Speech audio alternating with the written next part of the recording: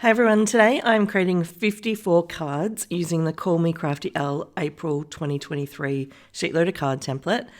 You can get a link to the template below, and I'm part of the collaboration team, so you can use the hashtag to see all the videos of the other collaboration team members, or there will be a playlist below as well if you have trouble with the hashtag.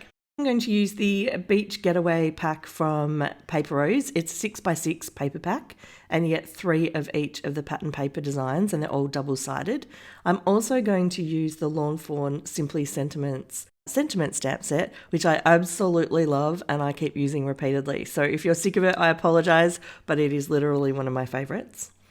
This paper pack is gorgeous. I love the reds and blues. And when I was working through this, there was several of them that you can see the little tags and the sentiments on it. I feel like in 12 by 12 that might be a little bit more useful because the items would be bigger.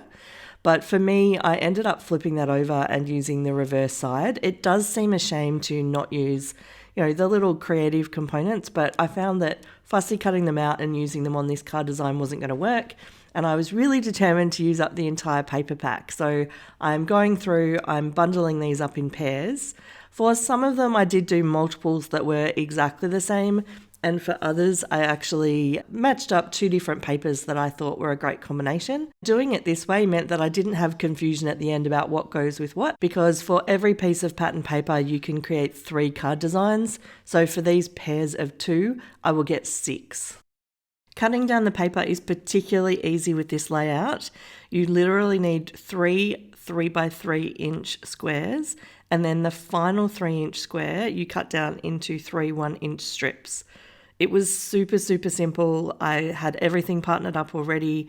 It was literally a matter of grabbing my trimmer and then cutting these down, and I put them into a nice, neat little pile on the left of my workspace so that when it came to actually putting them together, they were all ready to go.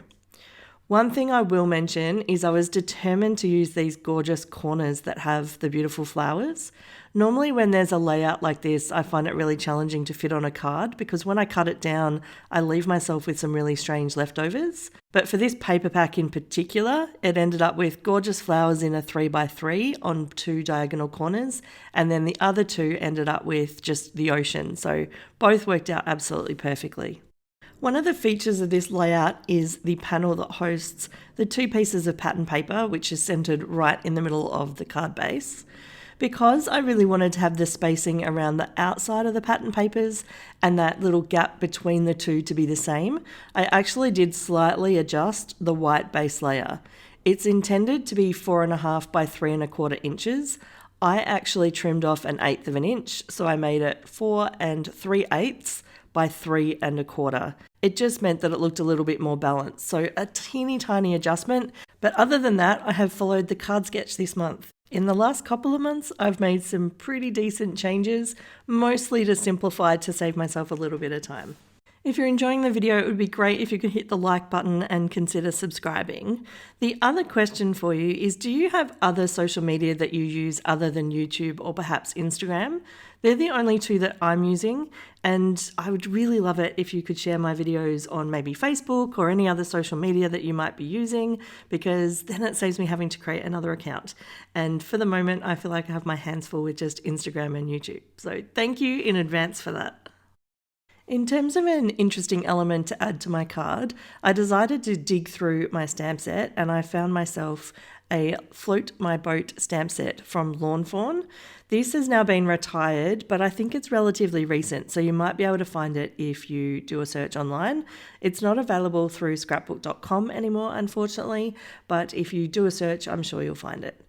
There is the die set still available at the time of recording this through Lawn Fawn, but just not the stamps themselves. I have used my standard trick of adding a couple of stamps onto the door of my MISTI, and I have stamped them onto some cardstock to create a template. By doing it that way, I don't have to try and line up the stamps after the fact once there's already a template stamped.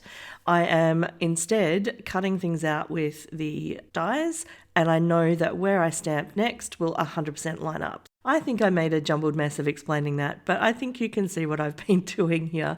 It means I need to create a new template every time, but for me, I do not like trying to line up the stamp with the die, and this just makes it so much easier. So I've die cut a whole bunch of blanks, and I'm now going to run through with different colors of ink to create these to add them onto a very, very beach and nautical themed paper pack. I will admit I did actually have to Google what the item at the bottom is called. Obviously there's an anchor, and then the other one is called a life ring or a life buoy or buoy if you are American. So I had to look that up. I had no idea what to call it. I kept thinking life preserver, but then that's what the person wears, not what you throw. Wow, I made that super complicated. I will put a link below, by the way, to all of the ink colors that I use, just in case you're trying to track those down.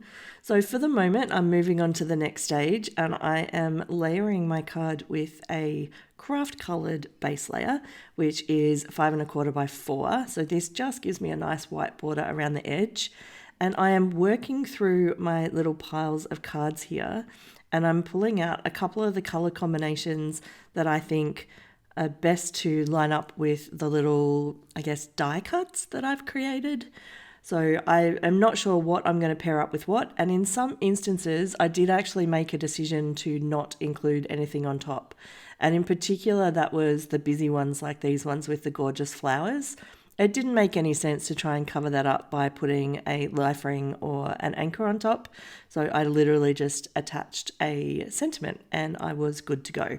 So if you have very, very busy papers or ones with a design that you don't want to cover up, I'm showing you here that you can either add the extra or you can leave it as it is and it will work out just perfect. I really, really love this design. It's so simple to cut down and you could use a whole lot of scraps and spares to create this, especially if you've got strips. You could create those 3" by 1" strips and then just cut down a 6x6 paper pack into 3x3 and you would be good to go.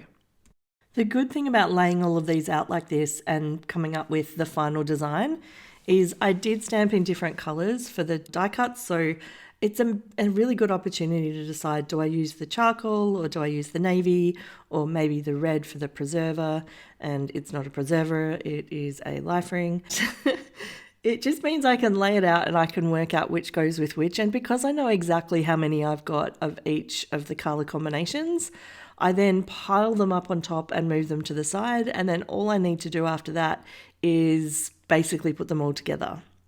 I will mention now that I did create a card kit while I was doing this. This is the one color combination where I actually used all 3 pieces of pattern paper. So I used 6 in total, 3 of the sand and 3 of the water, which meant because I had 6 pieces of paper, I made 18 cards, and I've just popped these in a Ziploc bag with one of them completed and then all of the other elements, and then I can donate that to a charity that does card drives where they have people come and help create cards for the people that they work with.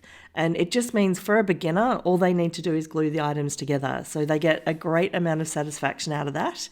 It would also be absolutely perfect if you had lots of supplies and you wanted to make up some kits to donate maybe to a children's program, like a school holiday program.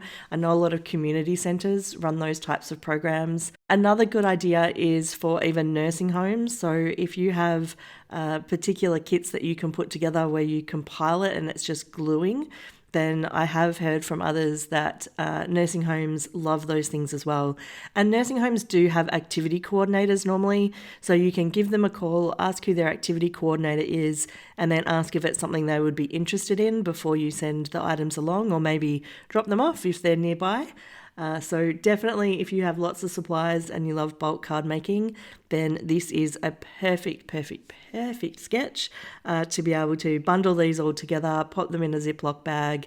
And I do advise just create one card so that it's complete and is a reference. So even really new card makers then can take a look, and I'm sure they'll be able to recreate your design. If you love using Paper Rose paper packs, I have put a link here to a playlist where I showcase many of them. Have a great day.